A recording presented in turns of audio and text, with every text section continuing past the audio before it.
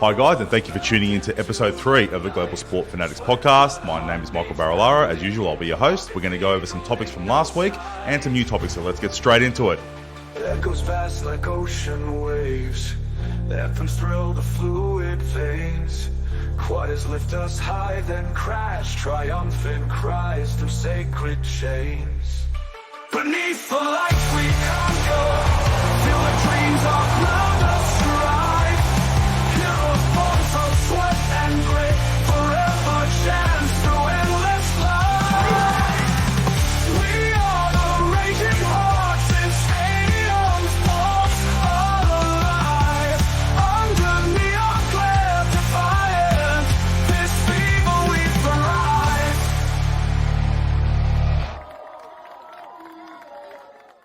Cold wind, biting whispers, victory within our grasp. Okay guys, for topic 1 today, I normally start with rugby league, and there is a really good game on tonight between Australia and Tonga. Hopefully you're all going to be watching that. But I'm going to change the pace a little bit. I'm going to start with the baseball. The postseason is just throwing up absolute moment after moment, memory after memory. I've actually got the game on right now. I'm watching the LA Dodgers. They're currently leading 3-1 in Game 4 of their NLS series. I've just seen the most remarkable game between Cleveland and the New York Yankees. This game was absolutely gone. Then it changed and it was gone. And then it changed again and it was gone. The series was gone. Then it's been reignited. I mentioned last week that baseball has this ability to just be dormant if you're willing to wait for a few hours. Today was no different. It wasn't a game that was reaching any great heights. The Yankees, look, they currently until this morning, they led the series 2-0. It was looking like the Cleveland Guardians were going to get one on the board. It was a 2-1, looked like a mere formality at the top of the 8th. They were leading 3 runs to 1. It didn't look like anything was really changing. Aaron Judge wasn't hitting. No one seemed to be doing anything on the Yankees. And this is what I was saying about baseball. It just has the most remarkable ability. Just when you think nothing's happening and you're just watching just boring, repetitive innings, and it's just dormant, and the tactics are really poor, and everyone... It almost looked like both teams had accepted, let's just leave this as 2-1, let's just go on to Game 4. And then the top of the 8th happens. I couldn't believe what I was watching, and Aaron Judge comes to light. It's 2 games in a row now that he's hit, and that's good to see because he's had a pretty quiet postseason. But it was an extraordinary game, and 3-1 down, I didn't think the Yankees were doing much. Aaron Judge steps up, and he hits...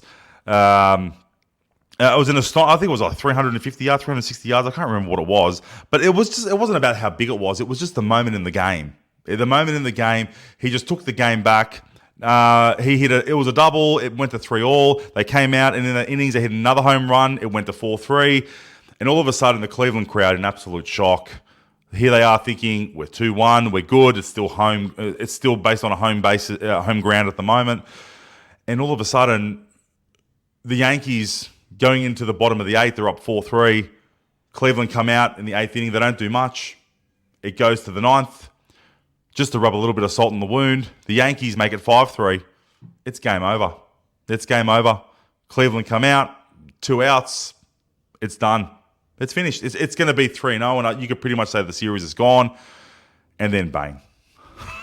just when you think it's gone, again, you've got to get that last out, guys. You can't clock baseball. You can't clock tennis. You've got to get that last out. They come up with a 2-run homer deep into the 9th, and now we're into extra inning. The first, and it ended in the 10th straight away. Top of the 9th, Yankees weren't able to capitalise. It stays 5-5, and then David Fry with a walk-off 2-run homer. Just remarkable scenes. The crowd was in absolute hysterics. They saw their season down the drain. But now, look, it's still home ground. No advantage yet. It's now 2-1 to the Yankees. We go to Game 4. An extraordinary event. I posted some TikToks. I looked very silly. I do apologize to any of my followers out there, but I just got caught up in the moment. I was trying to record this podcast. I've been here set up for 2 hours, ready to go. The game just wouldn't end, and it was just a remarkable game, and that's what I love about baseball. That's why anyone who doesn't watch baseball, they think it's boring. This is what you've got to give it a go, guys, because that entertainment, that last hour, and that it took an hour. It took an hour to get from the top of the 8th to the bottom of the 10th when David Fry hits the walk-off. It took an hour. That's what baseball can do. It can be a very, very long game. This game was already 4 innings in by the time they actually went to the coverage. So it was already 3-1. Apparently, we missed an incredible Shanae Otani moment. We're going to have to look at the highlights and see what happened there. But an amazing series is unfolding here between the Yankees and the Guardians. It's 2-1. Home field advantage hasn't been taken yet. We go to game 4. It's a best of 7 series. The Champions Series, the championship rounds are not best of 5, they're best of 7. So look, just bring it on. Let's see the Guardians give it to the Yankees. You know, no one wants to see the Yankees win unless you're a New York Yankees supporter. I'm a Boston Red Sox supporter, so there you go. But look, let's go the Guardians. Let's get this home. At the moment, what have we got? Oh, what's that? Look, I'm here talking to you guys, and now we've got the LA Dodgers. Now they're up 5-2. What am I missing here? This is insane. This is baseball. This is what I'm trying to say. It can do absolutely nothing. Here we are speaking for 5-10 minutes. We've seen 3 runs and I've missed all of them. And the TV's right there. Anyway, but at the moment, LA, look, they're 5-2. They win this and I think it's over. I don't think... I liked the Mets before this series started, but I got to tell you, the Dodgers, in the 2 wins up until this point, the 2 wins have been very dominant. And their performance yesterday, very strategic. They looked in complete control. To go to New York and win 8-0, that is not easy. New York are in great form, but they were incredible, and they didn't score runs. They scored runs in bunches. So the manager has a lot of thumbs up to the manager. He just put plays in scoring positions. He looked at his lineup. You know, when they went from 5 to 8, they looked at where Shanae Otani sat in the batting lineup. They just put plays in scoring positions straight down the middle, going to the center fielder. They didn't try to swing the bat. They just wanted to put him in position. Shanae Otani comes up, 2 runners on base, hits a 3-run homer. Terrific management, terrific game strategy, and to be honest, the New York Mets for the first time, and they were the form series coming into the postseason for the first time in at least 2 months, looked completely outclassed, and the Dodgers. They look like what the betting agencies were saying before the postseason. They were your title favourites. I'm not 100% convinced they're going to win it, but if they're going to play like they did yesterday, they're going to be hard to beat. And today, look, they're up 5-2 now. They're in the middle of the game. It's looking dire now for the Mets. By the time I run another podcast next week, we're already going to know who's in the World Series. I guess, look, that's the downside of baseball. It happens so frequently. I'm trying to run a podcast that's once a week. But at the same time, look, we're going to know who our World Series combatants are next week. In fact, it's already going to start by the time I run the next episode. So at the moment, Dodgers, they're not a lock, but they're probably 75 to 80% there. Yankees were a lock until what I just saw. So David Fry, he's kept Cleveland in it. That's probably 50-50 at the moment. Again, until someone wins at an away venue, you don't really have that advantage. So at the moment, Yankees are 2-1 up. We go to game 4 back at Cleveland. I believe it's tomorrow. If you're Cleveland, how do you get your head around what just happened? And you want to celebrate it, but guess what? In 24 hours, or less than 24 hours, you're going back and doing it all again. Well, look, from Australia, we're not really used to that kind of repetition. Our schedules are always based on weeklies with all our sports. We don't have back-to-back games. Even our basketball, our NBL, you're watching it on a weekly basis. It's not like the NBA where every 2 days your team's going to be out there playing. It's a lot to digest. It does test the saturation of your brain. But having said that, without rugby league, and rugby league, as many of you know, is my baby. When you don't have rugby league, you can get up every day and you know that there's going to be baseball on. It's going to be finishing soon, but the NBA is just around the corner. So NBA, just plug in and play. They'll be the ones that are on TV every single day. There's always something to commentate on, which is absolutely fantastic. So that's what obviously the fans in America love about the game. 5-2 for the Dodgers, bottom of the 4th. That's the update for the baseball. We go on to the next topic.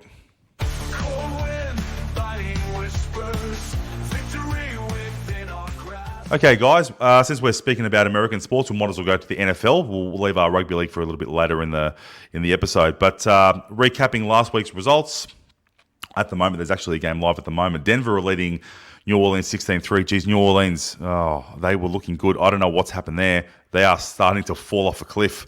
Last week was an incredible meltdown. I'm struggling to comprehend what I saw, especially in a divisional rival as it was against the Tampa Bay Buccaneers. But recapping last week's results, started with a divisional rival. Really good game, this one. The Seahawks returned to a little bit of form.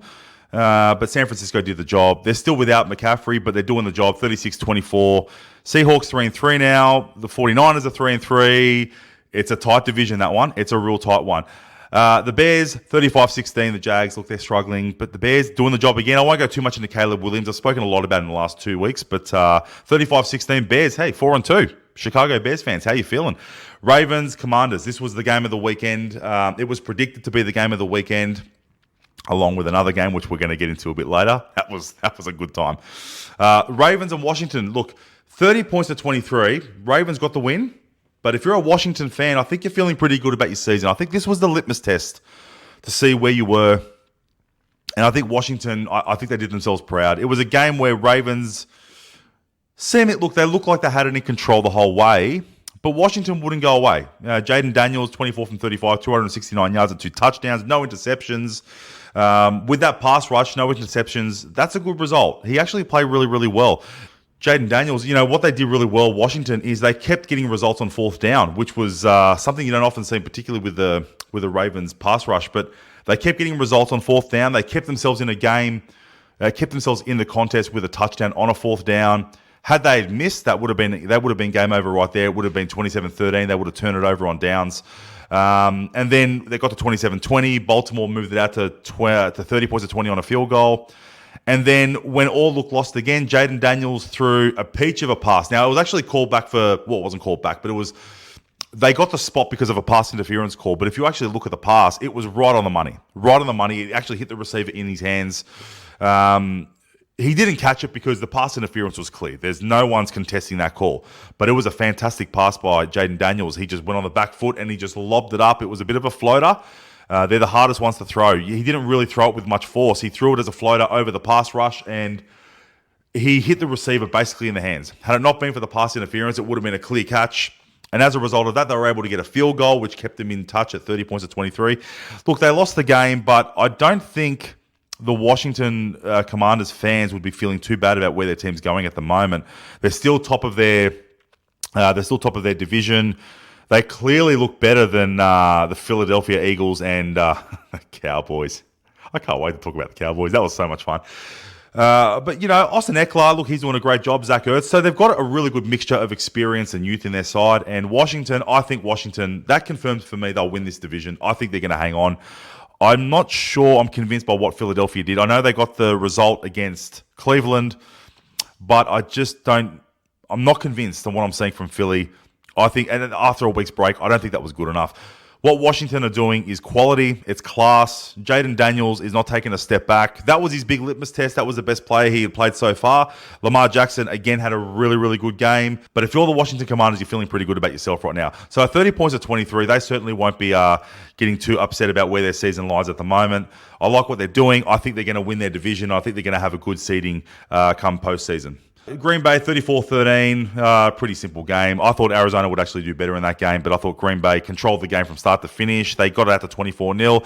Cardinals came back, made it 24-13, but I thought they were in complete control. Flying under the radar, Green Bay, they're 4-2. They're moving quite nicely. Jordan Love's making his passes, doing everything right. You can't bag them. Houston, Texans, they're moving along nicely. They're 5-1. But I actually don't think they were that impressive, to be honest with you. I think they could have done a lot better against the Pats, but 41-21, they got the job done. Who cares? 51-27, the Bucks. I did not see this coming. I thought the Bucks were a chance of winning, but I thought it was going to be a tight game. It's a divisional rival. 51-27, it was 27-24 at halftime to the Saints. So it's just a complete whitewash in the second half. Baker Mayfield had some really good moments. He also threw 3 interceptions. 2 can argue, look, they just popped up on a rebound. But 3 interceptions. He's a bit of a much maligned figure, Baker. But look, they've struggled since they've lost Tom Brady, and Baker looks like he's certainly stepping up. They're 4-2, so they're clear in front of the division. Saints in 2-4. They've got some work to do, the Saints. But the Buccaneers, look, they're going really good at the moment. They're in cruise control. Baker's doing really, really well. Skip Bayless will be going crazy over him. But look, well done to the Bucks. Eagles 20 points to 16 over the Browns. I made a comment last week that this was the Browns' final frontier. They had to win. They've lost. They're done. They didn't play too bad. Defensively, they looked okay. This wasn't a great game. This was a game where you watch two teams that should be doing a lot better than they are, and they're just finding their feet. The difference is the Eagles are 3-2 and their season's still alive. They can still win their division, although I think Washington's just got them covered in every aspect. But now with the results that have happened over the weekend, I think Browns, they're just done. There's just nothing they can do. Deshaun Watson looks 16 from 23, 168 yards, no touchdowns, no interceptions. It's passable. I mean, obviously, there's not many mistakes there, but it's just not that great. 16 from 25, 264 yards, and 2 touchdowns for Jalen Hurts. Browns are done. Forget it. Put it in for the rest of the season. They might as well start looking at the trade window and making some moves. And just to put that in, like they've lost Amari Cooper. I forgot about that. They've lost Amari Cooper. So you've lost your best receiver. The Buffalo Bills, they'll be laughing. That could be a Super Bowl move for the Buffalo Bills. I don't know. That's a big one. Amari Cooper, he's a no-nonsense wide receiver. He just does his job. He's fast. He's hard to contain in contact. He's gonna get his meters. He's gonna take his passes. He doesn't drop much. Look, I understand that. To me, that's an admission that the Browns are gone. They've gotten rid of Amari Cooper for draft picks. They've done better out of the deal than the Cowboys did when they got rid of Amari Cooper a few years ago. But some third rounders, to me, it's an admission they're gone. They need to rebuild. I don't think there's much hope there for the Browns this year. I think you could put a red line through them. Colts and Titans actually wasn't a bad game. I thought the Titans would win this game. There's a few injury concerns on the offensive side of the ball for the Colts, but 20 points to 17. It went right down to the last throw. Well done. Joe Flacco did the job. Chargers 23 over the Broncos 16. That's a good win. Now, Broncos are never easy to beat at Mile High, but they got the job done. Steelers. I'm a Steelers fan. I've mentioned it plenty of times. 32-13. I should be absolutely tickled pink with the result. I'm not. 32-13 sounds good. You don't want to take away from a win, but I actually thought the Steelers were their offense needs a lot of work. They need a lot of work. If Justin Fields isn't doing it with his legs, it just doesn't seem to be getting done. Their offensive line is just giving away penalty after penalty after penalty. It is just infuriating to watch. 14 from 24 and 145 yards for Justin Fields. But again, you score 32 points, no touchdowns, no interceptions. But the majority of what he did was with his legs. He made 59 yards and he ran in for 2 touchdowns. Look, I just have a real issue with how Mike Tomlin is structuring his offense. You can put it down to offensive coordinators, but I've had an issue with Pittsburgh's offense for many, many years. And there's been talk that they're going to get Russell Wilson in this week, which is an unusual response when you're now looking at a 4-2 record. I understand why they want to do it. He was their starting player, and maybe they want to say, look, Russell Wilson deserves his shot at the quarterback spot, and it was never supposed to be Justin Fields to start with. I understand that, but when you're 4-2 and your season's kind of rolling, it's a big call. But I just think 32-13, it's a bit deceptive, and I get a little bit upset when I see it because I don't think it actually addresses any of the problems with the Steelers. Their offense, it stinks. I'm just going to say it. It stinks. They're strong at running back. If it's not Najee Harris, they've got Warren there. They've got to get Warren a bit more into the game, but Najee Harris was an absolute beast on the weekend. Absolute beast. Justin Fields, there was a few times where he made some throws where you look at it and you think you need to put a bit more trust in him. He can throw the ball. He can fling it. I just think they're just so based on their running game on his legs. They're going to burn him out. I think they're going to hurt him. I just don't like what I see. But some of the throws he made, Justin Fields, it screams quality. But getting called back for holding calls, it's just insane. Holding calls and getting caught offside and not delay games, just going early and false starts. The Steelers had it all. The Steelers front line, whatever you can get called for, you're going to get called for. It's incredible. How many big plays were called back because of a holding penalty that was so unnecessary, some of them. So unnecessary. And look, the Raiders actually got off to a really good start. They scored a touchdown on their first drive, but look, that defense of Pittsburgh, that's what they're rolling on. 32-13 looks like the offense had a good day. It didn't.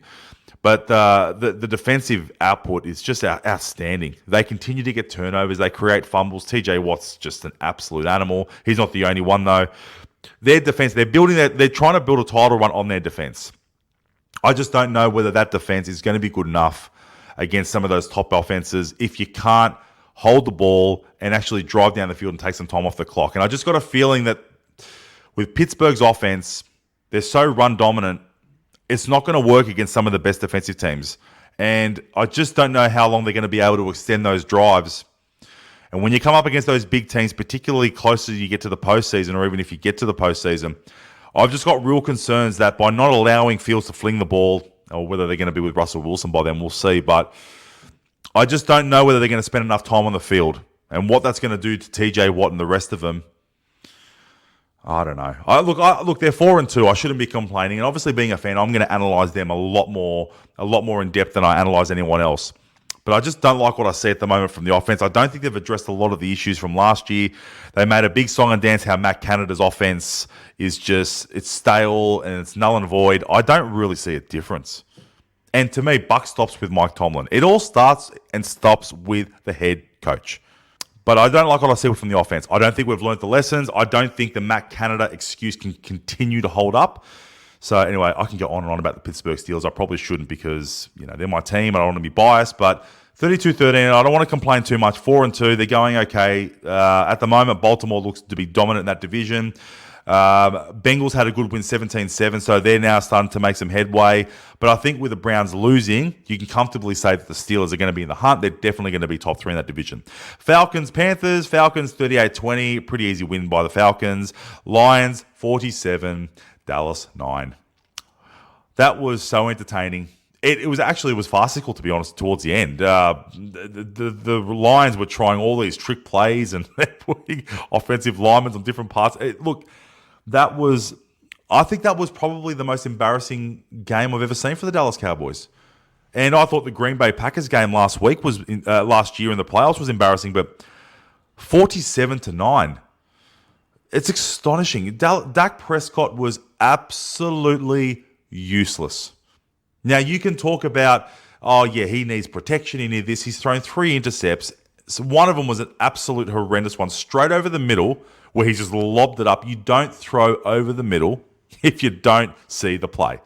It was horrific. I know, look, they had to score at that time. They were down, I think, 34-9, and they had to make a call, but he got pulled out of the team. They might say, well, there was no point from that point on. I think Mike McCarthy thought, get off the field. He was terrible. He was absolutely terrible. Do you know what's ironic about this game? 47-9, the Cowboys turned the Lions away for 4 field goals. This scoreline could have been astronomically worse. I was gobsmacked. Laughing. I thought it was hilarious, but gobsmacked. Let's give a bit of credit to Detroit, though. Before we start getting too much into the Cowboys, the Detroit Lions were excellent. They can win this whole thing. They are a genuine contender for this title. Hutchinson, my heart bled for him. That was devastating. Look, I don't know how this is all going to go down with Hutchinson now. Is he their best? You could make a case he's their best player. They've got some great offensive pieces. But you can make a case that Hutchinson is their best player, and that was devastating. Cowboys, they made him look a lot better, though. That was just a horrific performance. Absolutely horrific performance. And the thing is, again, I mentioned the defense for the Cowboys, 47 points conceded. It could have been a lot worse. They didn't probably defend as bad as that 47 points suggests. But the offense couldn't stay on the field. They couldn't get anything done. And there was a key part going into halftime where they got really lucky on a kick return. And what was the score? It would have been, I wonder if I got it written down here, what the score was. 27-3. Oh, there you go. It was brutal. So it was 27-3, Detroit kickoff, and it was an incredible kick reception, and they got it all the way down to probably about the 25, 30-yard line. And look, you're at home. You've just been given a golden chance you weren't planning on having. You've got plenty of time on the clock. You've got all your timeouts, and you've got the 2-minute warning coming up. You have to just get the ball in the end zone. Dak, $60 million a year, you have to get the ball in the end zone. He couldn't do it. He didn't even get close. He threw some of the most horrific balls. They just got nowhere near the mark. You could talk about, he hasn't got the protection here, protection there. Rubbish. He doesn't have that clutch gene. He got the ball. There's your man. Hit him. And he couldn't do it. He just couldn't hit him. It was a joke. $60 million. You're a joke. You're a nice guy. But as a quarterback, you are a joke. You have robbed this club, this franchise. Jerry Jones, everyone wants to bag him. I mean, I'll bag him too, don't get me wrong. Everyone wants to bag him, but he made him feel like he has to sign him. $60 million. Now, I've got to ask any Dallas supporter out there, You take Dak Prescott out of this team and you open up that cap space. You're not going to do anything this year because there's no one available. Are you doing anything with Dak Prescott at $60 million? What's the difference? How many Super Bowl titles has he won? Just waiting. Oh, no, nothing. Okay. How many playoff games has he won? Single digits. Two playoff wins in 9 seasons. Dallas Cowboys. You're not talking about the Dallas Cowboys, the biggest organization in the game. Dak Prescott is a joke. It is I could not believe they signed him for $60 million. And the agendas in some of those talk shows about how you got to sign him. Who's better? Who cares? Who cares who's better? You're not winning anything with Dak Prescott. Who cares? $60 million. Clear your cap up and see what you can do. Build in the draft. Look at your position next year. Look at some of the players you want to retain. You know, what's Micah Parsons worth? You know, CeeDee Lamb, you've re-signed him. I understand all that. But you look at the other people that have left. They could have signed Derrick Henry for like probably $6 or $7 million. He signed for $9 million at Baltimore. He lives in Dallas in the offseason. That's where his house is. There's no state income tax. He probably would have signed for $6 or $7 million. Derrick Henry. And you sign Zeke Elliott. Are you kidding me with this? So Jerry Jones, you've stuffed this up. I mean, you know, it's not for me to tell a billionaire. I'm a nothing. He's a billionaire. And I'm telling you, the nothing guy is going to tell a billionaire, you stuffed this up. I actually was supporting Jerry Jones. He was holding out, and I really believed there was a bold restoration plan. He was either going to take it and just say, Dak, I've given you enough money, and I've seen nothing as a result. You're gone. You're gone. You're not getting your $60 mil. Jerry Jones has to find a GM. If you want one before you kick the bucket, find a GM and just be the owner. There is no reason why you can't do it. You don't want to pay the money. You're paying Dak Prescott $60 million a year and he can't throw a freaking football. And you don't want to pay a GM who can fix your operations? Man. We make fun of it, but like, to be honest, I don't really have the issues that everyone else has with Dallas. You look at Stephen A. Smith and he makes fun of him, and it's all great entertainment. I love it. But if you want to get really serious about it, this club should be contending for Super Bowl year in, year out. No excuses. Even in a cap era, no excuses. They're not going to get close. They're not going to make the playoffs this year. You seriously telling me they're going to make the playoffs? Washington are absolutely carving it up in the division. Philly are not going great, but they're 3-2. They're way better than the Cowboys. I don't know what they're doing. I'm astounded that they locked themselves up for the next few years with Dak Prescott. I don't care about how you want to structure a contract and how it works. He is not worth $60,000, not $60 million. If your quarterback can't make throws and he can't get you into the key positions and make plays happen, and when you're in a game where your defense is struggling, Cowboys defensively are hit and miss. They can be extraordinary and they can be absolutely terrible, right? But when they're struggling, okay, when you get on the field, they get a touchdown, maintain some possession. Put together a drive. Don't go 3 and out, kick the ball and put the defense back on the field. And that's all he ever does. People don't talk about that with the Green Bay game. The defense was struggling, but he would come out, 3 and out, get off the field, or he'd get on and throw an interception. Then he'd get on and then 3 and out, and he'd get on and he'd throw another interception. And the points, the 14 points of that first 27 that Green Bay scored in the first half were based on Dak Prescott throwing bloody interceptions. And then he won $60 million a year. My goodness. He is the top paid quarterback in the NFL. I made some comments last week. It was a bit facetious. And someone, shout out to, I believe her name was Paula. So shout out to wherever you're listening. She said to me that Kirk Cousins is the 12th best quarterback in the game. And I don't know what I'm talking about. Guess what? You're 100% right. He is the 12th highest paid quarterback in the NFL. The salaries just moved that quickly. I lost my train of thought. However, just to support my point, when Kirk Cousins signed to the Vikings, and Forbes will testify to this, he was the highest paid quarterback in the game. So that was just sort of floating around in my head when I said that comment. But it's gone down to 12 now because everyone's just getting paid. And when you look at that list, Pat Mahomes is 13. What? Anyway, but when you look at the top list, okay, yeah, obviously new contracts have been negotiated and they're going to go up. Pat Mahomes won't stay there forever, although his contract does go to 2032. But having said that, Dak Prescott should never, ever be in single digits, let alone one, in terms of the highest paid quarterbacks in the game. He's a joke. He is a joke. It makes me sick looking at his face on TV. He's always looking like, I don't know, it's not me. You have no idea what you're doing. $60 million and you can't hit a receiver. It's a joke. It's a joke. Anyway, that's the Cowboys. Bengals 17-7. This was a tough game. I'm starting to have some respect for the Giants. I'm having some respect. And Dable taking some risks on fourth downs. He's putting his career on the line at the moment. They mentioned that in the commentary. But 17-7, credit to Bengals. They got away with a win. It was a good game. This was tough. This was a good game to watch. Bills and Jets, always a good game, isn't it? We always know this. 23-20. It was tight. It was tense. Look, a huge move has been made by the Jets with Devontae Adams coming into the team. Aaron Rodgers, he's got his fanboy back there now. That's fine.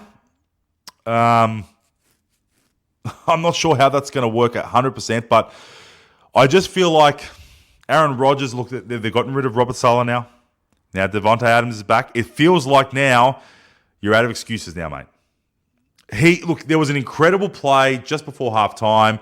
Typical Aaron Rodgers. This is going to be a Hail Mary. Get in the end zone. Hopefully we can. And he hits him. Like he's done that a few times in his career. Outside that, his performance. Look, I'm going to have a look at the stats here because sometimes the stats can be a little bit misleading. But just my eye test told me his performance wasn't very good. I thought Josh Allen was a lot better. It just seems to look around like there's always someone else that's responsible for it. It's never him. And some of his throws are a bit off. He's getting a bit old now, Aaron Rodgers. Like you can't be the best quarterback in the game forever. And I'm not too sure. Look, they've got Devontae Adams. Look, it's probably another admission by LA, by the Raiders that their season's gone. Look to get some draft picks and some capital. I understand that. But I just feel as if I just don't know what it says to the receiving core outside Devontae Adams because it's almost like a suggestion that. And I saw him on the what was it, Pat McAfee? Is that the name of the show? Pat McAfee, where they were speaking to Aaron Rodgers and Devontae Adams came in the background. I didn't think it was a great look. I'll be honest with you. They made it out like it was all. I don't think it was a great look. He's been in the organization for 4.5 seconds. Aaron Rodgers is doing a podcast or a radio show, and Devontae Adams goes behind him. It's almost like, the golden duo's back, and we're going to fix this. Yeah. If I was a teammate, I'd be feeling a little bit annoyed at that because it almost now looks like the Robert Saleh thing. Was this discussed before Robert Saleh was sacked? You'd have to say it was. Devontae Adams got there incredibly quick. And did Robert Saleh not want to be there? Did Robert Saleh not want Devontae Adams to be there? And as a result, was this decision made? Because Aaron Rodgers, remember, swore blind, nothing to do with him. Nothing to do with him. And a week later, he's got his errand boy back. I don't know. It doesn't look good. It doesn't look good. The optics look really bad. I've got nothing against the Jets. I actually like them. I think it'd be good for the game if they came back, and I've got nothing against Aaron Rodgers. I just think Aaron Rodgers has built a career where I'm great, and when it's not great, it's not because of me, it's because of everyone else. He never took that accountability. I've got a feeling this is a continuation of his dynasty. I think this is what he is, and denying he had anything to do with Robert Saleh, and I gave him the benefit of the doubt on my episode last week. I don't give him any benefit of the doubt now. I've got no problem with Devontae Adams. Devontae Adams is one of the best players in the league in his position. He might be the best route runner in the game. He's not the quickest, but he might be the best route runner. I think he was a loss for Green Bay. I think he could have. I think he was actually playing well for the Raiders, but the Raiders, they're a long way short of where they need to be, and they probably thought, we can't do much with Devontae Adams. Let's trade him. Let's try to get some capital back. And they've done that. But Aaron Rodgers, you have zero excuse now. Please stop pointing fingers. Please stop saying, it's this and that. This, to me, is an admission that he had his hands all over the Robert Saleh decision. I don't think Robert Saleh wanted Devontae Adams. I don't think he saw it as a necessity because in the wide receiving core, they got a bloody good player there. They don't really need Devontae Adams. But their offense isn't firing. So then you look at the quarterback and you go, well, what are you doing? Because he's not doing much. And Aaron Rodgers, this decision to me says, I can't get this team where they need to get to with Robert Saleh in, and Robert Saleh would not let me get Devontae Adams when there was an opportunity to do so. Robert Saleh's gone. A week later, Devontae Adams is in, and I think I was watching Get Up, and they were saying how by the time they got back to the Jets base after the show, just to ask some questions, Devontae Adams was already there. So he played Pittsburgh and was just on a flight straight out of there into the Jets organization. So it means that this was all set. It was all done. So I can't give Aaron Rodgers the benefit of the doubt anymore. I have no doubt he has instigated the Robert Saleh sacking, and I have no doubt it's because he wasn't willing to get Devontae Adams into the franchise. Now, Aaron Rodgers is there. Devontae Adams is there. Let's see what they're going to do. Oh, look, I don't have an issue seeing it because I thought they were phenomenal. But that was the Green Bay days. It's a few years on now. Let's see if it works with the chemistry. Now, the good news is that when you've got that chemistry over how many years, if sometimes a route's not going the way it wants and you want to sort of change it in the play or change it in the pocket, that chemistry between Aaron Rodgers and Devontae Adams absolutely could come to fruition. They can look or a thing, or Aaron Rodgers sees something that's familiar, Devontae Adams sees where he's looking and he just runs a different route and just changes it up on the spot. That's fine. That's absolutely, I can understand that. But is that going to hold up over 4 quarters, week in, week out? And how does that work with the chemistry of the rest of the team? That's what we're going to find out. Week 7, what do we got? Well, the Broncos at the moment, so that game's going on. I'm not changing the channel. The Broncos 26-3 over the Saints. Saints at home. They're falling off a cliff. The Saints are falling off a cliff. They're about to go 2-5. Broncos are about to go 4-3. Wow. In terms of the rest of the games coming up next week, internet, slow. Come on. Here we go. All right. This is the game of the season, and it's being played over in England, so that'll be fantastic. Patriots and Jaguars, game of the season. They're taking that game to London? Really? You want to promote the game, and you're going to take the Patriots and the Jaguars. 1-5 versus 1-5. It's basically a tickle fight live across the world. No, I won't be getting up for that one. That's definitely a sleeping game. But that'll be 12:30 a.m. If you're a Patriots fan and you're a Jaguars fan, it'll be on 12:30 a.m. Australian time or Eastern Standard Time. I'll sleep in. I'll get up at 4 a.m. Let's see what we've got. Seahawks and Falcons at the Falcons. Falcons looking pretty good. I like what I see from the Falcons. They're looking pretty good. 4-2. Again, some comments about Kirk Cousins that I got pulled up about last week. But I think Kirk Cousins, look, I got nothing against him. My only doubt is he's a little injury prone and his performances in the postseason, he's not clutch, to say the least. So hopefully the Falcons can get there. I think that as a franchise and as a fan base, they deserve it after what happened in 2016. Super Bowl was theirs, 28-3, and then Tom Brady did what he did. But I think at 4-2, the Falcons are looking good for the playoffs. A win here gets them to 5-2. Seahawks, they'll be 3-4. If San Francisco starts showing the form from last week, they could be in a spot of bother. So it's actually not a bad game here. I think you're going to see some real desperation. Geno Smith has to play better. He's started to fall off a wagon a little bit. His completion percentage has gone down. He's throwing interceptions. And if he's going to give Kirk Cousins time on the ball, Kirk Cousins will shred the Seahawks. So I'll go Falcons for the win there, but I think the Seahawks, they're a puncher's chance. 3-3. We'll see how we go. Falcons for mine. Bills and Titans. Bills are going to win that. They're at home. Titans, not impressive. They should have beaten the Colts. They couldn't get it done. They're not going to the Bills and getting it done there. Now the Bills have added Amari Cooper to their roster. The Bills now, we'll see what they're like. They could be a serious title contender if they weren't already. It's just you can't get that Baltimore result out of your head. It's hard to fathom what happened that day. But, they lost Stephon Diggs and you think, well, that's what now Amari Cooper comes in. You can argue they're better off the Bills. I think they're going to go good. Browns 1-5 versus the Bengals. Look, for me, I love this game because, again, it's another rivalry, divisional rival. Someone has to lose. Anytime that happens, it's good for the Steelers. Browns are at home. Bengals are 2-4. I hope the Browns can find a way to get out of it. But, again, they've given up Amari Cooper. I think they've given up the ghost for the season, and I think Bengals win, and I think they probably win well. So I think Bengals will go 3-4 there, and they'll start to come up in that division. Browns, their season's gone. They'll be looking at next year and how to rebuild. Packers and Texans, that'll be one of the best games of the week. I think the Packers I think both these teams are flying under the radar. 4-2 for the Packers, 5-1 for the Texans. I like what I see from both. And I think the Texans, part of the reason they were a little bit soft against the Patriots is I think they were looking forward to this game. They know that Lambeau Field, Packers, that's a tough away game. They probably had one eye on that contest, but they had to get through the Patriots first. But they've been on the road against New England. They're on the road now against the Packers. So they'll be looking to finish off, and then they're back at home next week. So who's going to win that game? Oh, man. Look, just because it's Lambeau, I'm going to go Packers. Because outside that, I can't really split him. CJ Stroud, he's excellent. He's excellent. Stephon Diggs, he's doing well for them now.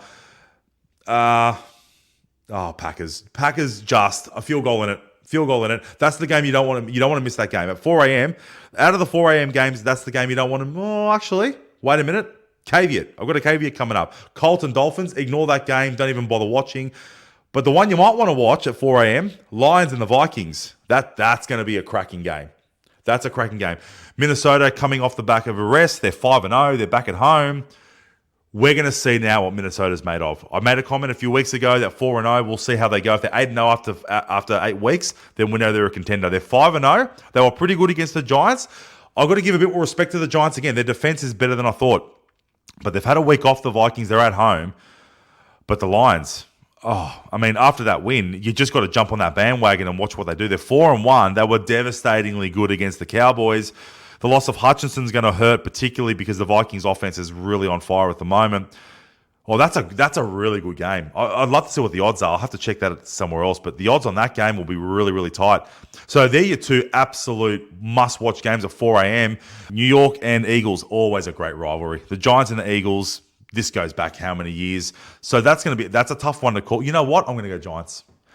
I'm trying to give the Eagles the benefit of the doubt, but you know what? They're just not playing well. I want to go the Giants. They're at home. Defensively, they're playing really tough. I think they can rush Jalen Hurts, and I don't think the Eagles are going to put up many points in this game. If Joe Burrow can only put up 17, I don't think the Philly's going to go past 10. I'm going to go Giants. I'm going to go Giants in a low-scoring game. Daniel Jones is actually not playing that bad, actually. If you actually watch him, he's not playing that bad, actually. So... I'm going to go Giants in that game. That's a good one. Rams and Raiders, again, that's not the most enticing game until the Rams get their players back. They're at home. I'll tip the Rams to hold on in that game, but it's certainly not one I'm going to be putting my time aside to watch.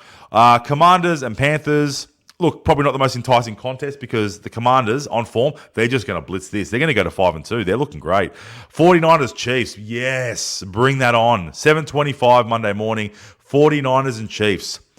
Is this the game the 49ers were working on? Is this what they've been waiting on? They've been a bit dormant. Maybe this is what it is. I don't think McCaffrey's back for this game. I'm going to have to double check that. But Chiefs, 49ers, Chiefs will obviously have the week off, so they're going to be fresh. But it's at Levi Stadium. The crowd is going to be raucous. It's going to be raucous. And look, how many times can the Chiefs win? I mean, will they go to 6-0? They're due for a loss. This could be the one they drop. I think 6-0 really changes the narrative for them. San Francisco, well, they've got everything to play for. Revenge based on what happened last year, 4-3. At Levi Stadium, that could be it. I've spoken about the 49ers not really taking off. That could be the difference. Maybe they've just been waiting for this game.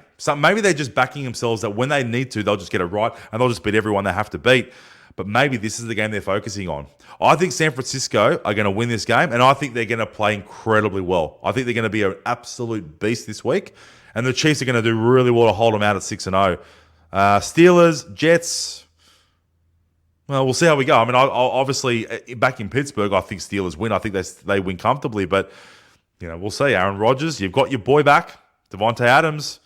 If you're fair income and it wasn't you who got rid of Robert Saleh, you should be able to get this done because, to be honest, Steelers' offense is not that great. Their defense is great, though. Their defense is great, and they're always hard to beat at home. So I'll pick Steelers to go 5-2 in that division. And if the Cleveland Browns can win that game against the Bengals, 5-2, Jesus, looking good. Steelers and Ravens. It could start getting really dicey for the Bengals. They might have to win 4 or 5 in a row. That's not easy at this level. Buccaneers, Ravens. That's a great game. That is a great game in Tampa. Buccaneers and Ravens. Let's see what Baker can do against Lamar. That's awesome. I can't wait for that game. That's going to be a great game. Two high-powered offenses. I expect two teams that defensively are quite astute. But with their offenses, I'm expecting a big game here. I think it could be a 42-38 kind of game. It could be a real, real big one. So, you can't really back against the Ravens at the moment. I'm going to back the Ravens, but both teams are 4-2. It's anyone's guess because they're hard to beat at Raymond James, but I'll pick the Ravens because I just think it's silly you got the Ravens, the way they're playing, you're back against them and they win. You're just like, well, what happened there? You just got to back them until really they get beat. Chargers and Cardinals look like the most enticing game. Chargers, look, they're going 3-2. I think everyone made a bigger deal about Harbaugh coming to the club, coming to the franchise. But I don't know. I've watched them, their first 5 games. They've been okay. There's nothing special about them. I don't really see much improvement. Justin Herbert, I don't know if he's everything that people say he is. I'm not sure he's as good as people say he is. The Chargers, they seem to go out there. They never seem to look brilliant. They never seem to look bad. They just sort of sit there, and if you're a better team, you win, and if you're not, they just win. It's Cardinals at home. I'm going to back Cardinals at home under the roof. I think they can get the job done. And Chargers, look, I want to see a bit more from him. I want to see a little bit more from Harbaugh. I think it's all kind of been a bit blown out of proportion how good they can be, Harbaugh and Justin Herbert. I'm not totally convinced, but potentially they could be really, really good. Potentially they could get really good, but I'm waiting to see what this noise is about Justin Herbert that everyone's been speaking about for the last 3 years. They just spruiked his name, Herbert this, Herbert that. It's not him, it's the coach. It's not the coach, it's the offensive. All right, well, you've got Harbaugh now, and I don't really see that much different. They're just cruising along. They're 3-2. They're going okay. They're chasing the Chiefs in the division, so they're no chance, but they probably will finish second in their division, so we probably will see them in the postseason. They're probably going to get the wild card. They're going to be on the road. And again, it's just like, well, they'll be pretty good. They'll come up against someone who's just better, and they'll just win, and that's the end of it. And that'll be the end of their season. We'll see. That I'll reserve judgment. It's still early on in the season, but the Chargers for mine, they're just sort of trailing along neither here nor there, and I actually think Cardinals will win this game. Anyway, that's my wrap of the NFL, guys. On to the next topic.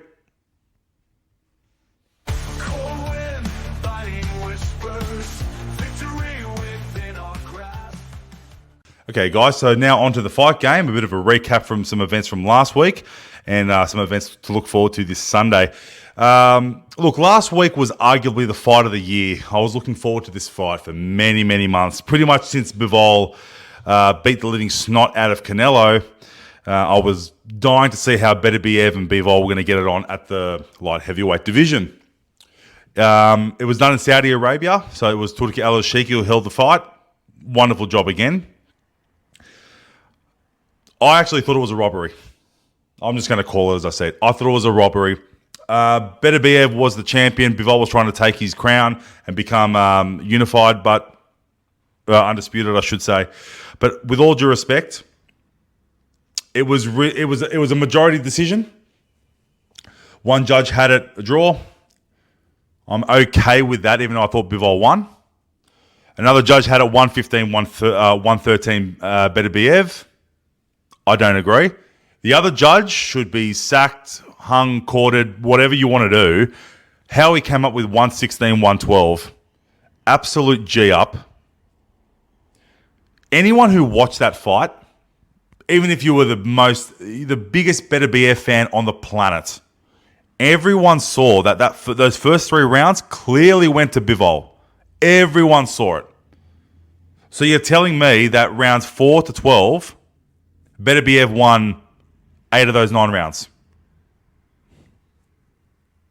It's just ridiculous. 8 rounds to 4. I believe it was a robbery. If you wanted to call it a majority draw, I wouldn't have been happy with it, but I would have given it to you. Reason why? A lot of those middle rounds, you could almost have them 10-10 split. You could go either way, Beterbiev, Bivol. So many of those rounds, this is why this fight was so great. So many of those rounds, just when you think someone took the initiative, it was taken back by the other fighter. And that was on both sides of the ring. That was both corners. But there's no doubt Bivol won the first 3 rounds. So I think Bivol did enough to win at least 4 of the next 9 rounds. At the very least. That gives him a 7-5 majority. I had Bivol winning the fight 115 to 113. I know many judges believe that's the case as well. I don't know what the judges saw that we didn't. But what we did see was one hell of a fight. It was a top fight. I mean, you talk about strategy, punching power. There was no doubt no one was going to get knocked out. But some of the flurries we saw, exceptional technique, exceptional strategy. And even though Bivol was moving non-stop in the first 4 or 5 rounds and the commentators were just gassed at how he was going to keep up and keep doing this for the full 12. Well, he did. He did. And then the other question was, could Beterbiev go the distance? Because he's knocked out every fighter he's fought. And he did. And if you look at the 12th round, they both finished like an absolute machine. There was no one who was dying out. No one was losing their legs. It was class personified. It really was. It was fought in good spirits. There was no dirty tactics. But I've watched the fight 3 or 4 times. I keep coming up with the same score. It's very hard to make a judgment of those middle rounds. It's very blurred. So every time I watched it, wouldn't surprise me if I came up with different scores of those rounds. But I ended up with Bivol 115, Beterbiev 113. So going to the scorecards, I was thinking majority decision. Didn't surprise me that one of the judges, or at least one of the judges, had him at 114 apiece. But I don't think, to say that the other judges weren't going to call it 115, 113, look, it is what it is. The fight's gone. It was a great fight, but I just feel as if the wrong fighter won.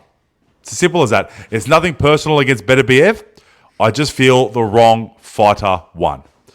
That's my thoughts on it. Another great fight on the card as an Australian. The Jai Opataya fight with Massey. He was fantastic, Jai. I think it was his best performance. I'm a little bit critical of his style because I think he just hangs his left hand out there as a defense, and then he just wants to land that big right. I think if he really wants to contend with the best fighters in the world, he's got to throw more punches. He's got to let his hands go a little bit. But he's 26-0, 27-0. I haven't even looked at it, but he's 26 or 27-0. Who am I to say what he does? Look, cruiserweight division probably doesn't have the depth, of the other ones at the moment. And obviously the biggest contender is potentially Alexander Usyk, who may move back down to cruiserweight after the Tyson Fury fight if he wants to continue fighting. He is 37. I know he's a great fighter. He's one of the greatest of all time. You could even make a case he is the greatest of all time. I mean, you'd have to make a case for it, but at the moment, you'd also have to make a case against it as well. He's beaten Tyson Fury, who was a very, very unorthodox puzzle to solve. He's beaten Anthony Joshua twice. He beat Daniel Dubois. He dominated a cruiserweight. He's undisputed. He's never lost. It's pretty hard to make a case against. But if he does go back down to cruiserweight, the only real contender is Jai Opataya. And if Jai wants to beat Alexander Usyk, he's going to have to find a way to let his hands go. He's going to have to change his techniques and strategies a little bit. He's got to pop that left hand a little bit more. He's got to jab a little bit more. He can't just sit there and wait to land that big right, because Alexander Usyk, his movement's too good. He won't let you hit him. He'll go 12 rounds. He'll never hit him. Simple as that. So we can't afford to see Jai take on Alexander Usyk and not change his strategy. But look, he's undefeated. I love what he's doing. He's representing Australia proudly. He's representing Samoa proudly. I think it was a wonderful battle. Credit to Massey's corner, who clearly felt that this was a fight they couldn't win. And after seeing a few big shots, just threw the towel in. It looked premature on the fight. On the night, it looked premature. But it definitely was the right decision. When you look back at the replay, some of the punches he took were violent. Very, very violent. And I just feel as if there was no way he could win the fight. Why put your fighter in jeopardy? So they've made the right call. I'm happy with it. And congratulations to Jai. He's doing our country proud. The other fighter that we've got to speak about, obviously, is Tzsyu, who finally gets back in the ring this Sunday. And he's going to fight someone who, look, to be honest, I don't know much about him. I don't know much about Bakram Murtazaliev, but he's 22-0. He's Russian. They know how to fight. I've had a look at his back catalogue the last few days because I obviously wanted to have some sort of an idea before I mentioned his name in the podcast. On face value, on eye test, I don't think he stands a chance, to be honest, against Tzsyu. I might be a little bit biased. Maybe my objectivity is lacking a little. But he looks like he moves like Frankenstein. It's just... It's very slow. He can land. When he hits, he's got fists like cinder blocks. He can hit. He can cause problems. But Tzsyu can defend, and I don't know he's going to hit Tzsyu all that often. Tzsyu will stalk him. He's going to get in close, which is probably going to put Tzsyu in a little bit of a danger spot in case he does get hit. But Tim Tzsyu is a far more powerful puncher than anything I saw Beterbiev take on. And at 154, I just think Tim Tzsyu wins. He's a pretty big man. He's quite tall. Not as tall as Sebastian Fundora, but he's quite tall. And I just think that he moves a little bit too slow. I can't see Tim... Tim will just cut the ring off. He's going to bring the fight in close. He's going to make contact. I don't know if he'll knock him out. I'm predicting around 9 or 10 stoppage. I think the referee will just say that Beterbiev has been hit too many times and might just leave it at that. But it's also a fight that Tim Tzsyu can't afford to lose. Let's be real about what we're talking about here. What does Tim Tzsyu want? He wants the biggest platform. America is the biggest platform. Terence Crawford's there at 154. Virgil Ortiz is there at 154. They simply need to get Tim Tzsyu back into America and to win that fight. Obviously, he's fighting in America for this one. I understand that. But he needs to take on those big money fights. The Sebastian Fundora fight was such a hit to his reputation. When I say hit to his reputation, he's walked out of it with a good reputation, don't get me wrong, but it just wasn't the fight he could afford to lose. Sebastian Fundora came in, he wasn't even supposed to be the fight, and he's come out and he's taken the titles. He got lucky, Sebastian Fundora. Fundora was getting completely outclassed. The first 2 rounds was a whitewash, and then he cut him. Fundora just put his elbow up, Tim Tzsyu walked right into it, and it's a real shame because you talk about timing. That bell, if it had come 10 seconds later, the fight might have ended there. Tim Tzsyu was about to launch with a right hand straight onto the chin of Sebastian Fundora, who was caught leaning back, and as a result, 6'8", 6'8" frame, leaning back with his elbow like this, and cocked elbow got on the top of Tim Tzsyu's head, who was ready to release the right hand, and then pulled back as the bell went in the background.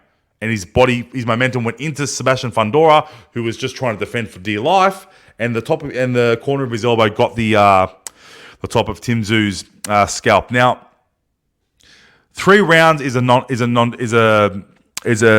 non-decision.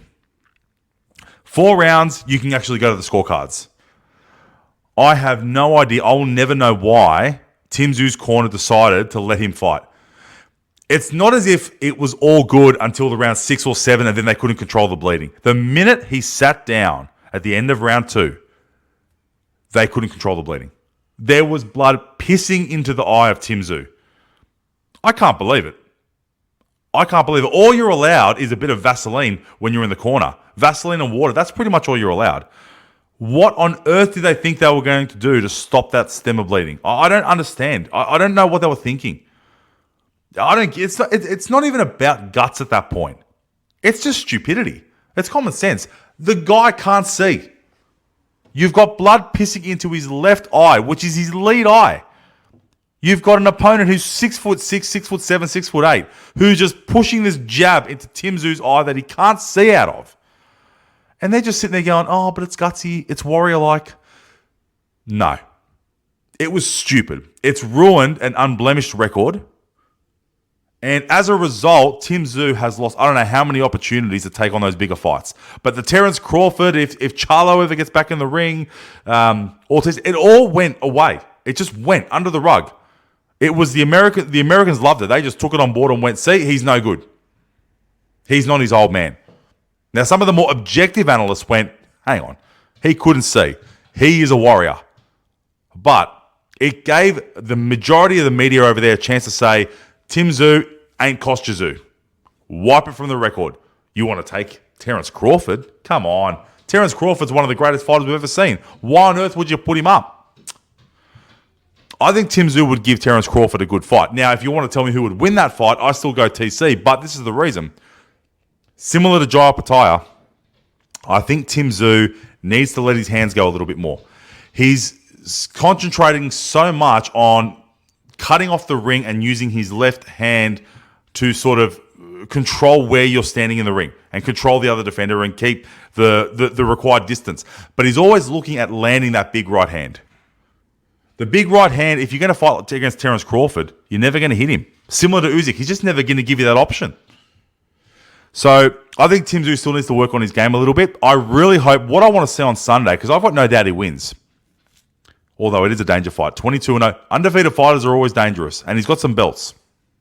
But I've got no doubt he wins. I just hope that we see a template of what Tim Tzsyu is going to bring to the table moving forward.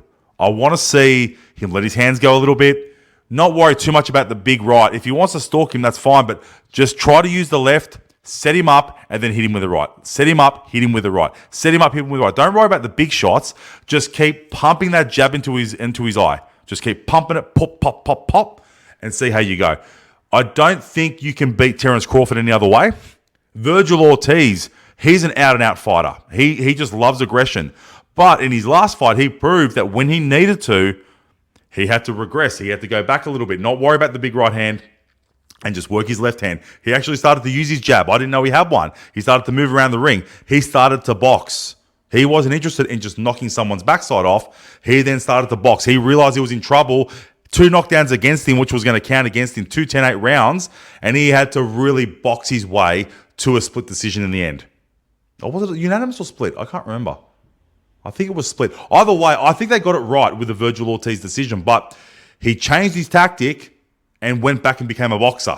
He didn't worry about the knockouts because he realized he wasn't going to get one. Tim Tzsyu, I want to see a little bit of the same. I want to see him just use his left hand a little bit more. We know he's got dynamite in his right hand, but I want to see him pop that left and get out of the win, get out of the ring, get a win. Look, at the end of the day, whatever it takes to win, do it, but do not lose. If Tim loses this fight, I think his career's done. Not that he's going to retire. He'll still fight, but I think he just becomes a domestic fighter from that point. He'll become a domestic fighter. People in Australia will go around. They'll support him. But I think he loses his case. He's got the benefit of the doubt now because of what happened with the elbow in the Sebastian Fundora fight. If he goes to this, if he can't win this fight and he doesn't have any of those excuses, I think America will turn against him. I don't think he'll ever get those fights again. And this idea that you're going to be king at 154, gone, dead, buried, move on to the next. I hope I'm wrong. Obviously, if he loses, but I think that's what it's going to be. He loses this fight, it's all over. He's not going to lose. Let's be positive. He's not going to lose. He's going to win this fight.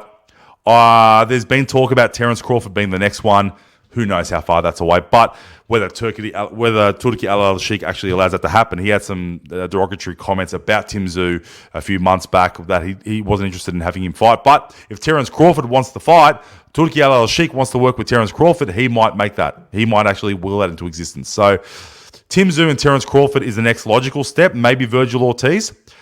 Means nothing if he doesn't win this fight. Beterbiev cannot walk out of that ring a victor on Sunday. I don't think he will. Tim Tzsyu is going in as a dominant $1.16 favourite. I think Beterbiev is going in as a $5.75. So the odds are telling you that Tim Tzsyu is not losing this fight. But having said that, he just can't afford to. He cannot afford to lose it. Fingers crossed. On to the next.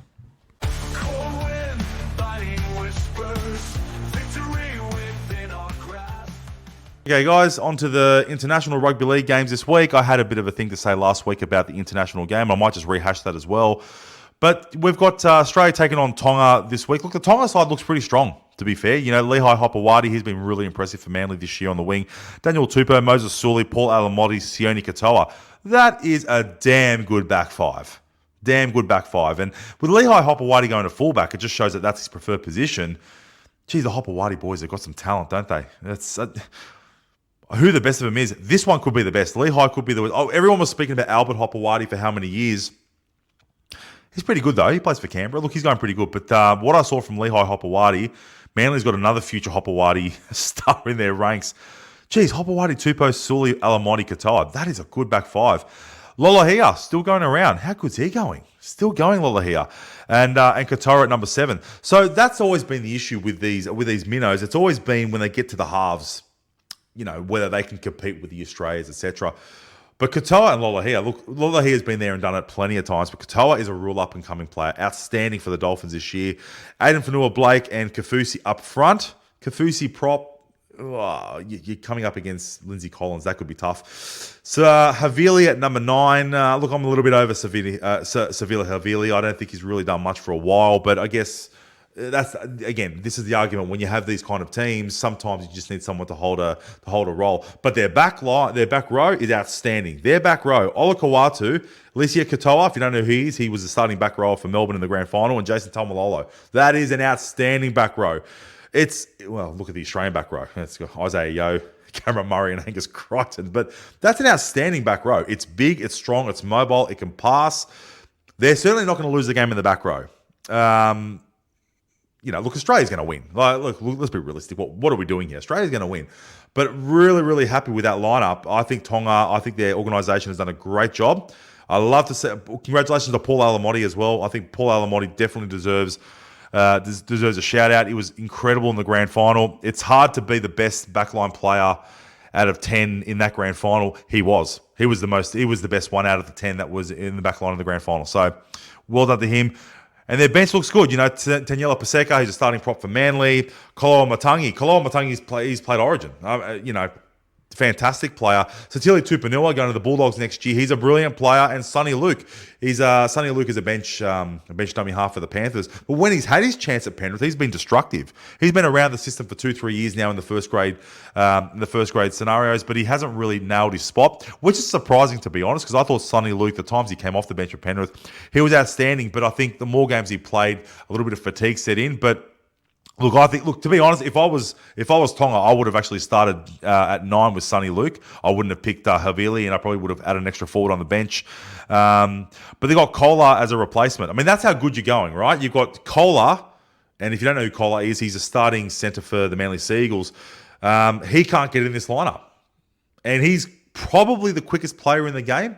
Him and Jason Saab, both play for Manly, probably the quickest players in the game. He can't even make the Tongan squad. So, pardon me, this is going to be a competitive game. In the halves, I think they can keep the game close, considering, Nathan Cleary, he's not playing. Cameron Munster's not playing, so they're not starting with their number 6s and number 7s.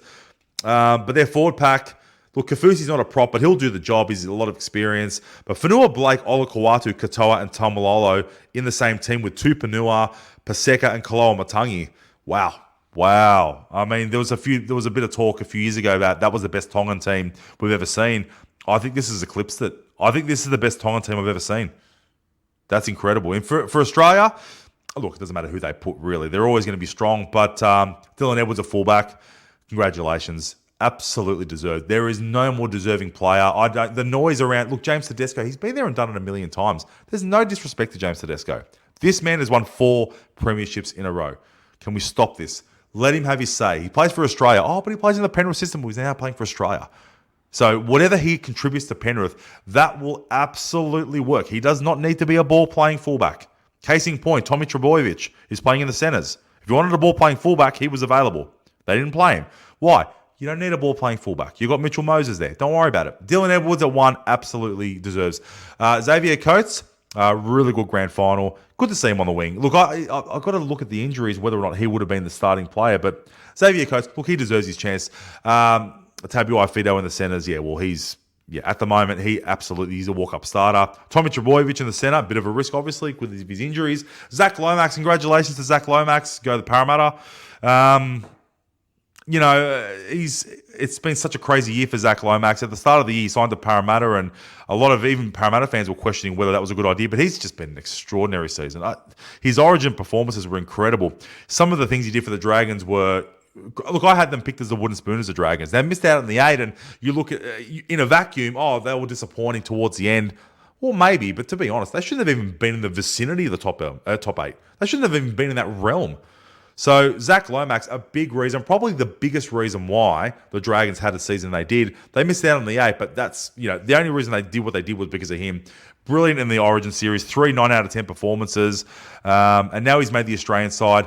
I like what Meninga's done. He's picked on form. There's always been this thing about does he prefer Queenslanders, but that is a backline picked on form. Tommy Trbojevic, look, he's a bit injury prone, but he's one of those players that if he is fit, he's in your best 17 every week. He's just the best. He's one of the best players in the game. Congratulations to Tom Dearden as well. This is a well-deserved position. He wouldn't have been there if Cameron Munster was there. I get it. There are other players that maybe would have got the jumper. I get it. But Tommy Dearden has done absolutely nothing to not have this jumper. There was some conjecture last year about whether or not he should be in the Origin team, whether Ezra Mam has taken his job. Well, Tommy Dearden has just kept his head down. He was really good in the Origin. He was really good for the Cowboys. He was the reason they got to the finals. They actually sacked Chad Townsend and brought in Jay Clifford. Tommy Dearden, he was the stable one. He was the one that kept it all together. He was fantastic for the Cowboys. They got to week 2 of the finals. No disgrace there. But he deserves his chance. He's gone from why is he in the Origin team? Why is it not Ezra Mam? Particularly after what Ezra Mam did in the grand final 2 years ago now. But what he did in the grand final. But Tommy Dearden has held his spot. He's done nothing but play outstanding football. Defensively, he's as astute in the halves as any other player in the game. He makes his tackles. You want to target him, but he never lets you down. So he deserves his spot. Well done. Mitchell Moses, again, Paraboy. All I'm going to say, Mitch, if you ever hear this podcast, please, Parramatta don't have you to play 3 awesome Origins and an Australian series a year. Don't get injured, okay? We need you at Para. Please don't get injured. We love the fact you're there. Yes, you're there because Nathan Cleary won't play. But to be honest, they might have put Mitchell Moses at 6, or they might have put Cleary at 6 and Moses at 7 if they were fit. Mitchell Moses' form, he's been incredible in that 8 or 9 times he's played this year. But, mate, please don't get injured, right? When don't have you to play Origin and for Australia, right? You need to fix Para and the mess that's going on and over there. But well done. Can't wait to see you tonight. Patrick Carrigan starting a prop. Very, very interesting. You know, this representative idea of back rowers starting as props opens up the bench rotation. You get more minutes out of your props. I understand that. Patrick Carrigan, look, he won't let him down. But I look at the Tongan forwards. Geez, you're putting a lot of pressure on the boy, you know. But I understand the reason you're doing it is because you've got to get Angus Crichton, you've got to get Cameron Murray, you've got to get Isaiah Yeo, and Isaiah Yeo's been named as the captain. Well, you can't have an Australian starting 13 and not mention Patrick Carrigan. He's just too good a player. He's the only saving grace for the Broncos this year. So I understand why they've done it. I'm not going to bag Meninga for that decision. They're better with him in the side than not. Harry Grant, the most obvious pick in the team. Lindsay Collins starting prop. Angus Crichton, Cameron Murray, Isaiah Yeo. Yeah, it's a pretty loaded forward pack. You're not going to bag that, are you? The bench, Matt Burton, well done. I think that's a good decision. Good decision. I think the Blues probably should have gone down that route, but Mal Meninga's decided. He thought it was a good idea. Mal Meninga's done it. So no issues there. He covers a lot of positions. I actually saw Matt Burton once. I'm 6'3", and I'm 120 kilos. I'm a big boy. He was bigger than me. I mean, he's not heavier. No, I'm obviously not in shape, but he was taller than me. He's a big boy, Matt Burton. So if he needs to handle himself in the forwards for any reason, he can do it. And he plays with a bit of passion, and he's got that clutch gene in him. If he can get on the field, he might get a field. Oh, you never know. Look, I don't think they'll ever need that. But Mitch Barnett, we're talking about players that deserve it. And Dylan Edwards is the most deserving player. But, yeah, how good to see Mitch Barnett. Like, he was so good in the Origin. I wasn't sure why they picked him. And then after the game, I'm like, thank God they picked him. And that's why I don't pick. And Michael Maguire, great job. Mitch Barnett, absolutely deserved. I've got to give so much credit here to Mal Meninga because after what happened last year, he has really looked at this squad and he has picked it based on form. There's no Queensland bias in this team. For him to pick Mitch Barnett based on how much Mitch Barnett played in the Origin series wasn't much, but he was fantastic in games 2 and 3. And he's deserved his spot. You know, he has retained that information and he's used it in his selection criteria. I think it's wonderful. And Ruben Cotter and Hudson Young. So it's actually interesting. The way they've constructed their bench, the bench for the Tonga side is huge. The bench for the Australian side, not big. Hudson Young, Ruben Cotter, Mitch Barnett, and Matt Burton. Matt Burton is big for his size, but he's not a forward, right? Not a huge bench. So they've gone for some leg speed. They've gone for some agility. If you're going to take a pick about what Mal Meninga's trying to do here, I believe he's going to try to run Tonga off their legs. I don't think he's going to come out and I don't think he's going to say we need to win this, be up by 20 at halftime or anything like that. I think he's actually respecting Tonga and what they're going to bring to the table. They're a really big side, Tonga, and looking at the Australian forwards, they're a very mobile pack. There are bigger options they could have picked and they haven't picked them. That could be towards unavailability as well. I mean, like Payne Haas, I can't imagine Payne Haas wouldn't have got picked. And obviously Tino's done his knee. So would he have gone down a different route had they all been fit? Look, probably. But he hasn't got him available. And he's picked a side that you talk about leg speed, Cameron Murray, Angus Crichton, Lindsay Collins for a front row, Patrick Carrigan, that leg speed at the line, and Mitch Barnett, Ruben Cotter, and Hudson Young. He's picked a mobile side.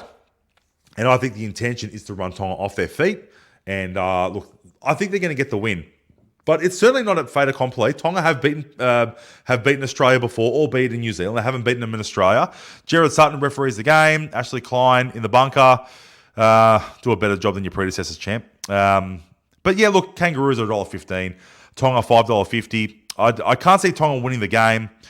But I don't think this is going to be a 40 or 50 point blowout. I think Tonga could be very competitive. I think they can actually keep this under the 13 plus margin. If they don't, I think you'll see Australia probably run away with it towards the end if it blows out past that 13 plus margin, if you're looking to have a bet. Kangaroos and Tonga, good game. Looking forward to it. Fiji and the Kumals, they'll play tomorrow as well. And then next week you get the New Zealand team will get involved in the Tri-Nations. But just a quick rehash on what I was saying last week. A few people were a little bit confused with what I was saying, so I'll try to keep it as simple as possible. I just think that the World Cup needs to go. I think that a Six Nations should take its place. Great Britain should return as Great Britain rather than Ireland, Scotland, Wales, and England. And I think that should be held every 4 years with points accrued for internationals prior going to who makes up those six, particularly that sixth spot, because the first five are probably going to pick themselves: Australia, Great Britain, New Zealand, Samoa, and Tonga. And that last one will be can be between France, Fiji, Cook Islands, Lebanon, Greece, Italy. I can't think of anyone else. I think it's pretty much the only six others that play. Oh, Papua New Guinea. So there's 7. Every 4 years gives a little bit more incentive, and then run it off 5 consecutive weeks like a Magic Round, where every single team will play. Great Britain will headline the 3 games every single week, and then you have your semi-finals on week 6, and you have your final on week 7. All right, following them around the British Isles, all the best players are guaranteed to play, and that's how we'll do the Six Nations. And then in the years prior to that, Pacific Nations: Australia, New Zealand, Tonga, and Samoa. 2-game series, 1 versus 4, 2 versus 3. The winners play the final. There's your Pacific Nations. And then that's your title for the 4 years. You hold that title for 4 years. Year 2, Australia and Great Britain play for the Ashes. I was actually having dinner at a club last night, and they were showing the 2003 series between Australia and Great Britain. I ended up, and they were playing all 3 games back to back, and I actually sat there in my dinner. I sat there for 3 hours and I watched all of it. They were not complete 80-minute games, but they were sort of condensed into 1 hour. I watched all 3 of them. They were great games, and I want to see that back. Bring back the Ashes. In that year, that New Zealand would have that year off, the off season. Great Britain would have the first year off during the Pacific Nations, and then in year 3, New Zealand will play Great Britain, Australia will have it off. And then in years 2 and 3, you have teams 4, 5, and 6 playing a round-robin tournament between them as the curtain raises to the Ashes and to New Zealand, and then the points accrued all determine who takes that 6th spot in the Six Nations in year 4. All right, and then that becomes a very, very festive atmosphere. You can organise tours. You can organise a plethora of other ways to generate revenue into the game as it pertains to Australian Rugby League, New Zealand Rugby League, the Great British Rugby League, and all the other governing bodies for all the other countries. And it would start to bring Great Britain back into the fold, and it would hopefully start to bring France back into the fold. And look, we're never going to take over rugby union in there. That battle was lost. We had an opportunity to take that in the 40s and the 50s and the 60s. We started to move away from that, and unfortunately, we didn't take advantage. Money took precedence over international competition. I know the Super League war had a big part to play in that, but then rugby took those nations, and rugby is just number 1 over there now. I already said before, the American focus I don't think works. I think if you want to have a foothold in America, you're best to try to get recruitment over there and try to look at kids that are not going to make it into the NFL, that are already elite in terms of their body fat percentage, their strength and conditioning, their speed. They're far ahead of where we are, and they're never going to play in the NFL. You're probably better off trying to scout those kids, bring them over here, trying to teach them the game over a 12 or 24-month period. That will generate interest with the fans over there, because they'll start following those players, because these players have huge footholds in the high school and college circles over there. If they don't make the NFL, then they decide to go to another country and try their craft. The fans, and we're talking millions of college and high school fans over there, they'll follow those players. That's actually the best way to get a foothold. And then you can look at Vegas or whatever. But putting Canberra playing the Warriors in Vegas next year, that does nothing for the game. I think you need to focus your internationals on what's happening in the British Isles, try to get as much as you can with France, and just focus on how you would divide those. Those 4, the more I think about it, those 4 end-of-year avenues to how you're going to control the international rugby league calendar, I think would work. I think it would be successful. I think the players would be incentivized to play for it. Cold wind, fighting whispers, victory within our grasp. Okay, guys, just to finish off, we haven't spoken about horse racing on this platform yet. Oh, look, I'm a big fan of horse racing.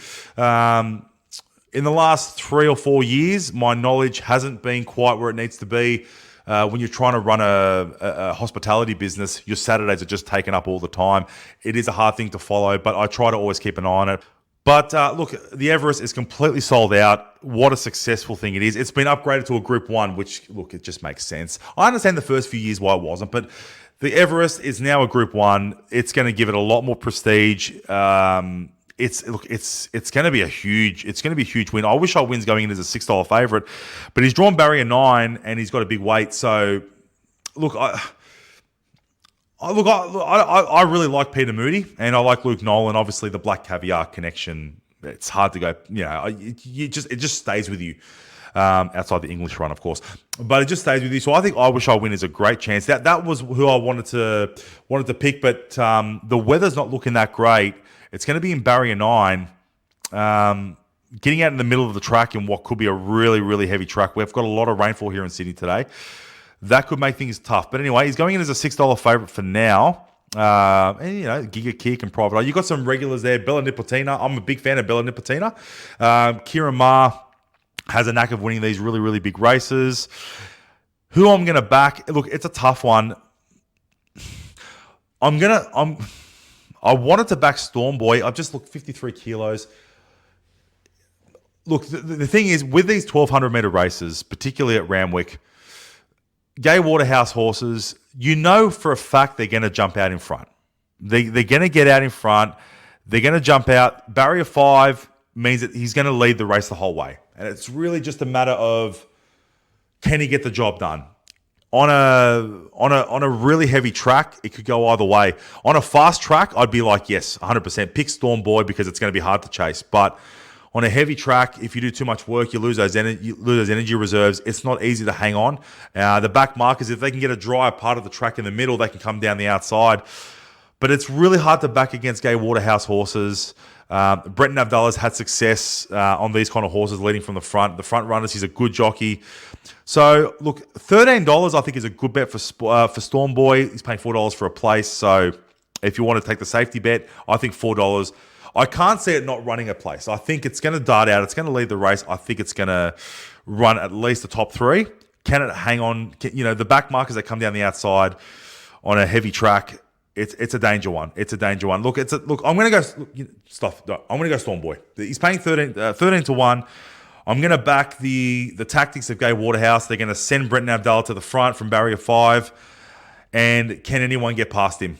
And just got to hope that straight is short enough. But at $13, I don't think it's a bad bet. $4 for a place. And obviously the sentimental favourite, I Wish I Win. Geez, wouldn't it have been good to see Black Caviar in the Everest? Because Black Caviar, with all due respect, you're talking about one of the greatest horses of all time. For mine, top 5 in the immortal, in terms of Australian immortals. The Everest exists because of Black Caviar. You can call it what it is. Black Caviar is the reason Everest exists. Peter V'landys, very smart, jumped on the back of the fact that at the time before Winx came into it, this is probably the greatest horse we've ever seen in our lifetime. But she's a sprinter. And she never ran the Cox Plate. She never ran those real big Grand Slam races. And as a result of not running those, Peter V'landys saw it as an opportunity because the sprints, they may have died by the wayside if Peter V'landys didn't do what he did. He created the championships. He gave the TJ Smith a lot more credit. The Queen Elizabeth now, they're much bigger races. The TJ Smith in the time when Black Caviar was winning them, and she's won 2 of them, the TJ Smith was always a Group 1. It was always one that you wanted to win. But the championships have taken that race to a whole new level. I think it's $2,500 in prize, $2.5 million in prize money now. That's probably gone up. I think that's where it started. It's probably closer to $3.5-4 million now. Queen Elizabeth is a very highly paid race. That's the biggest paid race on the calendar. And again, the Queen Elizabeth was a race where Might and Power won it by 9 lengths one year.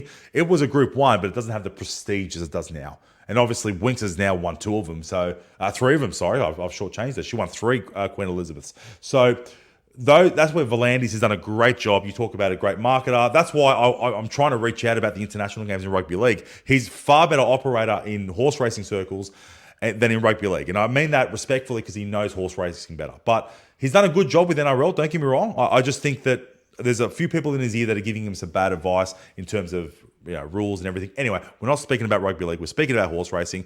We've got the VRC Sprint in Melbourne, which is usually after the Melbourne Cup. Black Caviar's won that as well.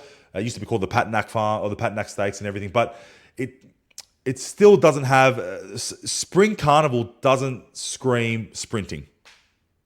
It's known for the Caulfield Cup, which is also run tomorrow as well.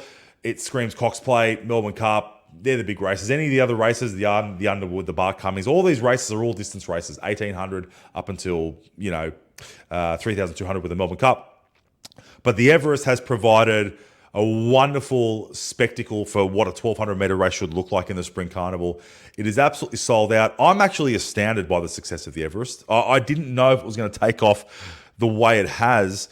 But nevertheless, I love the fact that now it's got a Group 1 status as well. So it's an original concept, but now it's been upgraded to Group 1, which is fantastic because you get that. It's such a prestigious thing to win a Group 1. When you go to stud, when you say, well, this horse won an Everest, but if you can go to stud and say this horse won a Group 1, it has so much more weight, particularly in the breeding barn. So I'm going to go, Storm Boy. There's my pick, guys. 13-1. And also just keep an eye on Traffic Warden as well. That was the other one I was going to speak about. James Cummings, Jamie Carr. Look, James Cummings. The Godolphins, you've always got to respect the Godolphin horses. $7.50. So Traffic Warden's paying pretty low, actually. That surprises me. But again, a lot of these races, the weather's going to affect it. So we're going to see tomorrow. Listen, good luck getting out there tomorrow. Service New South Wales or Transport New South Wales have made a terrible decision to do all their metro. You've got the Everest, you've got Sculptures by the Sea, you've got King Charles is in Sydney, and I think there's something else major happening. You've got the Wanderers in the Sydney FC. We're not going to speak about that today. I'm not a massive A-League fan, but we're not going to speak about that. But they've got, and for whatever reason, they've locked up the metro with work. So, look, good out there. Good luck getting there tomorrow. I think you're going to see a few Uber drivers hanging around Randwick tomorrow. But enjoy your racing. We're going to go on to the Caulfield Cup, where Melbourne, they're not going to have the same issues with their transport. But nevertheless, look, the Melbourne Cup, I've had a look at this morning. Look, the Caulfield, not Melbourne Cup, the Caulfield Cup. The Caulfield Cup's always a tough race to pick. It's a handicap, and it's done over 2,400 metres, and the Caulfield track's a bit of a tight turning one, not quite as tight as Moonee Valley, but it's a race you don't want to get too far behind. But backmarkers can have a say on this. Look, it's a tough one to pick. One I've been looking at, you look at James Cummings with Zardozi, 51 kilos. A low weight. I like what I see. In terms of the distance, look, it's placed twice. It's more just that Godolphin connection. I don't like going too much against Godolphin in these big races. James Cummings has got a plethora of people around him who know how to prep horses to peak at the right time.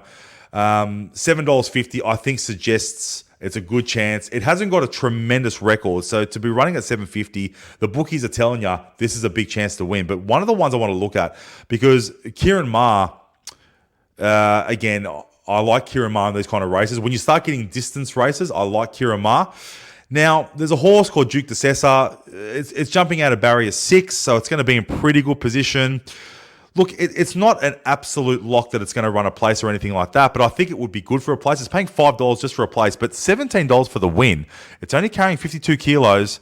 At the distance, it's won twice and it's placed once. So at the distance, over 2,400, it's had 4 goes and it's won twice and placed once. When you've got Kieran Ma as your trainer and you're paying $17 for the win and $5 for the place, guys, that's how you look at betting, especially in these big races. They're very hard to pick. Favorites rarely win. Buckaroo's running at 440. When you have a favorite running at 440, it just goes to show you the bookies don't really know who's going to win this race. But when you get $1.50, that's one thing. But a 440, look, Joey Moreira and Chris Waller just got that name. But let me tell you something about Chris Waller. I don't like backing Chris Waller when he's a favourite. I love backing Chris Waller when he's got some underdogs. I was going to have a look here. Chris Waller's got a runner going at $81. So Francesco Gardi is running at $81, has never done anything at the distance. I'm looking here. It's got a terrible record. I would back that horse in front of the favourite because Chris Waller has this knack of putting in 3 or 4 horses, and usually it's the horse that runs at the biggest odds that gets the win. You know, he's got another runner here for $67. So Tito Nugent's going to run on Valiant King, $67 with Chris Waller. So you got to be careful of the Chris Waller outsiders. The one that a lot of people probably will talk about is Land Legend, Chris Waller and Zach Purden, $8. That sounds like a more sensible bet to me. At the distance, run 3 times, won once, place once, so it knows how to handle the distance. It's got a good read on the track. Land Legend at 53 kilos. It won its last start. I think Land Legend is a huge chance to win this. A huge chance. Now the bettings, the trend is that it's dropping in it's going out in the betting a little bit, but that's because you've got a few others that are coming in. There's a lot of money coming for Elysius for Gay Waterhouse and Adrian Bott. Again, it's going to lead from the front. It's coming from barrier 21, so it's going to jump out of the gates and it's going to come across and lead early. It's not easy to get to the front from barrier 21, but for whatever reason, the money's coming for it. So that's interesting because it opened up at $11.70. It's now into $7. That's interesting. So Elias could be one to look at for the Gay Waterhouse and Bott stable. 53 kilos. Last 4 runs, it's won 3 and came 3rd. So it's a horse that's in form. It's just whether they can get across from barrier 21 to get to the front. One thing about Gay Waterhouse, predictable. You know it's not a horse coming from the back. It's going to lead. It's going to force you to chase. Can anyone actually run it down? So look, I'm going to have a quick. I'm going to have a few dollars on. Pardon me, Duke de Sessa for Kieran Ma. Each way. I think it's a smart bet. There's no real outstanding bets here in terms of locks. It's a Caulfield Cup, so don't even bother. But at the weights, I think Elias at $7, $11.70 tells you that the punters are all over it. Can it get across from barrier 21? Land Legend would be one of the front runners. I think it's going to win. The favourite at $4.40, I'm willing to lay the favourite. I don't think Buckaroo is going to win. 54.5 kilos. It's been running well. It's last 3 starts it's 1, 1, and 2. So it's won 2 of its last 3 runs and come second. So, but nevertheless, it's had 1 run at the distance. It hasn't won, so it hasn't won at this distance. That doesn't really mean much, but all the betting trends suggest that it's blowing out in the market. So Buckaroo goes in as your $4.40 favourite. Me personally, I'm not liking it. Yeah, so anyway, so they're my thoughts on the Caulfield Cup. Elias, Land Legend, Duke de Sessa, they're the ones. And if you want an outsider, I think you should be looking at some of the big ones from Chris Waller. One's paying 81, one's paying 67. It doesn't hurt to have a quick few dollars on a $14 place or a $16 place. Okay, so that's how I look at it.